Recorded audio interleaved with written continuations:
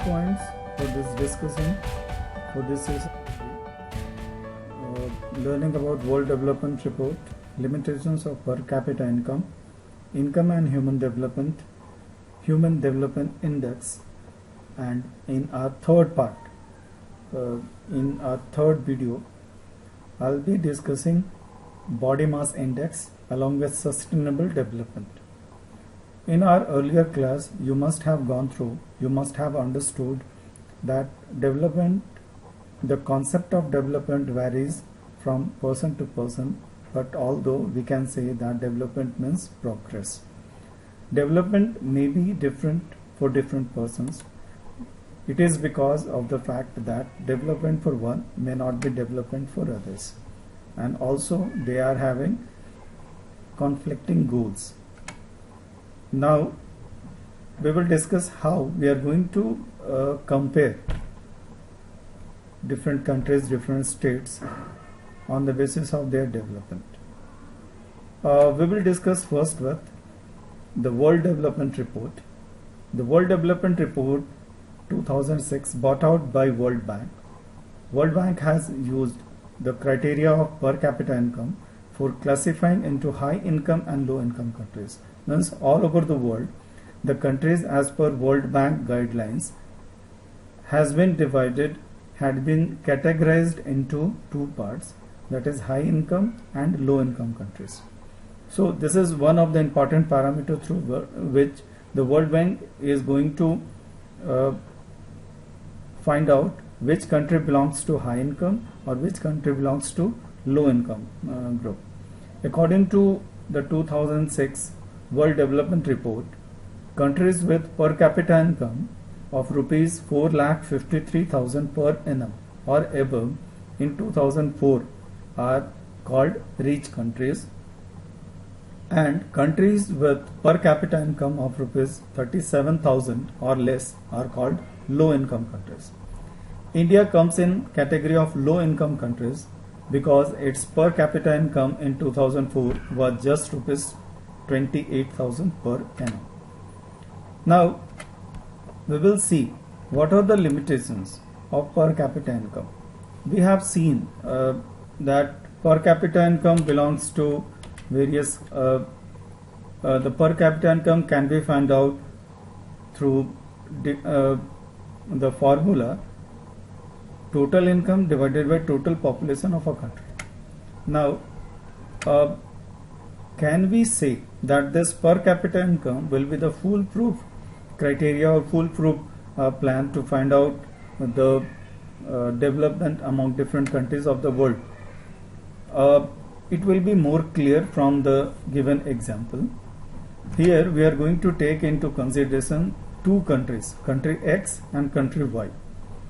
In country X and Y, in both countries there are suppose 5 people residing, and in country X first person earns 8,500 rupees, second person earns 9,500 rupees, third person earns 8,800 rupees, fourth person earns 9,000 rupees, and fifth person earns 9,200 rupees.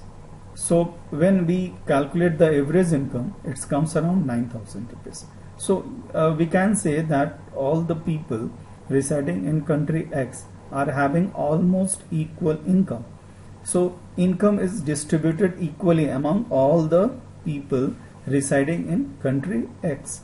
But what is the case in country Y? First person earns 500 rupees, second person earns 500 rupees, third also 500, fourth also 500, but fifth person is earning 43,000 rupees. And when we calculate the income, then we get the average income almost same, or it is exactly same, that is 9,000.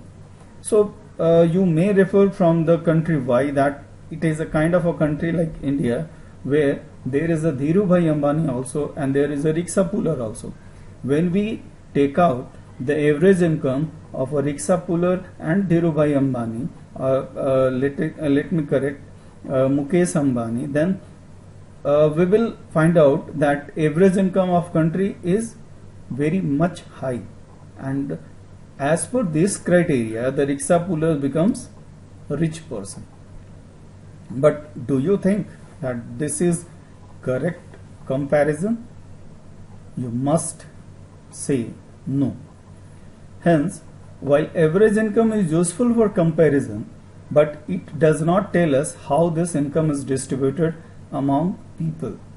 It is not going to tell us what is the disparities in terms of income is there among the people of different countries of the world. Now, income and human development. We come to the conclusion that per capita income cannot be the ultimate criteria to measure development among different countries of the world. So another concept came into consideration, and this concept was given by UNDP, United Nations Development Programs, and they have published Human Development Report. As per Human Development Report, UNDP compares countries based on educational level of people, their health status and per capita income. So it has included per capita income also, health status also, and educational qualifications, that is literacy rate also. Apart from literacy rate, per capita income and health was the main important criteria used in Human Development Report. And what do we find through this process, through this UNDP HDR report? We find out Human Development Index. So there are different parameters, indicators for human development. First one is infant mortality rate. It indicates the number of children that die before the age of 1 year as a proportion of 1000 lives. Means out of 100 lives, how many children, infants belongs to age of 0 to 1 year. So how many are going to survive? That really matters when we compare, when we calculate infant mortality rate. Second one is literacy rate. It measures the proportion of literate people in the 7 and above age group. If you are going to find out the literate persons above the age of 7, then it is going to give us the idea of literacy rate. Net attendance ratio. It is the total number of children of age group 6 to 10 attending a school as a percentage of total number of children in the same age group. And fourth one, and very important one, it is the total number of, that is I am talking about the sex ratio, that is male and female sex ratio. It is the total number of female per 1000 of male. As we belong to a country where still the male child are preferred over girl child, and in the country like India, we need to have a proper sex ratio, that is male and female ratio. It is one of the important criteria used by UNDP to decide whether that country has got higher human development index or not. Fifth one is life expectancy. Life expectancy at birth. This is the minimum age up to which an adult lives, is the life expectancy rate. This also shows the overall quality of life in a country. As per 2011 census, the life expectancy in India for male is 67 years and for female it is 72 years. Life expectancy of India is 68 years according to 2014 data. It may vary. If you get any latest one, then it may vary. Per capita income is calculated. Whenever we are mentioning the data, we need to mention the source here. So then only the data will be correct. Otherwise, it will be considered as wrong one, because some in other year this data may vary. Per capita income is calculated in dollars for all countries so that it can be compared. So we had a discussion just before this HDR that countries are classified into high income and low income, where we have seen that high income and low income criteria in terms of rupees. So, but all over the world it is compared on the basis of dollar. It is also done in a way so that every dollar would buy the same amount of goods and services in any country. So this is another way through which we can find out the development, how the people are developed in different part of the world. Then how we are going to compare. When I am saying that different part of the world people are having different level of development, it will be proved through this data. Norway is having per capita income in US dollar 38,550, life expectancy at birth 80, gross enrollment ratio for all level 97, HDI rank 1. China is having per capita income in US dollar 5,530, life expectancy at birth is 71, literacy rate is 91, gross enrollment ratio for all level 73, and HDI rank is 81. Let us compare Sri Lanka, India and Pakistan. You will find Sri Lanka is in a better position than India. The HDI rank of Sri Lanka is 93 and India is 126. And condition of Pakistan is also worst. It is the rank of Pakistan in HDI is 134. India is having per capita income of 3,139 in terms of US dollar. Life expectancy at birth is 68. Literacy rate 67%. This data need to be changed. Gross enrollment ratio for all level is 60. And SDI rank has also improved, but we are talking about a data for a particular year.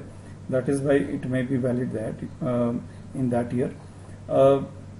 Now HDI stands for Human Development Index. As I have already told you, HDI ranks in above table are out of 177 countries in all.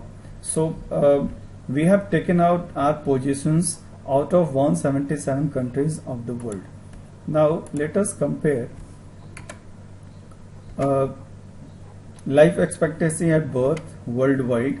We have just seen the data. Now look at this graph. You will come to know majority of country belongs to the life expectancy average of 65 to 75.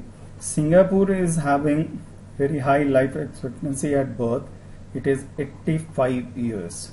So this is one of the important parameters why Singapore is supposed to be more developed and more important place. And USA is having better conditions, China is having better condition, but can we refer to the current situation? By referring to the current situations, can we find out what will be the what is the real conditions of USA, China? SDI ranking is very high, but life expectancy at birth is also very high. USA, UK, China is having very good medical facilities, but still they have not been able to tackle this current pandemic corona in a more better way. And USA is registering very high death. India is able to manage. In India, the condition of healthcare is not so good as compared to USA and any other countries of the world, but still we are able to manage. And now what is the conditions of life expectancy in different states of India? You will find that Kerala is having the life expectancy of 76 to 79 years. Northeast are having in a better position. Better position is also there for Punjab, Haryana, Arunachal Pradesh is also having good conditions. Jharkhand, Odisha, West Bengal. Odisha is having very less, that is 61 to 64. Madhya Pradesh 61 to 64. Rajasthan is in a bit better position. it is around 64 to 67 years.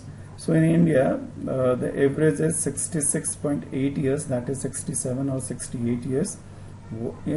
World over, the life expectancy at birth is 70 years. So here we have finished. We have discussed today HDI. We have discussed today comparing countries on the basis of per capita income. We have also seen per capita income is not the ultimate measures through which we can find out the developmental conditions, or find out, it is not only way through which we can compare countries.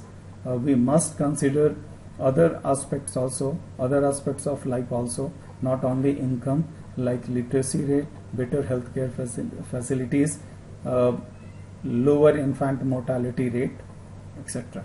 Thank you and have a nice day.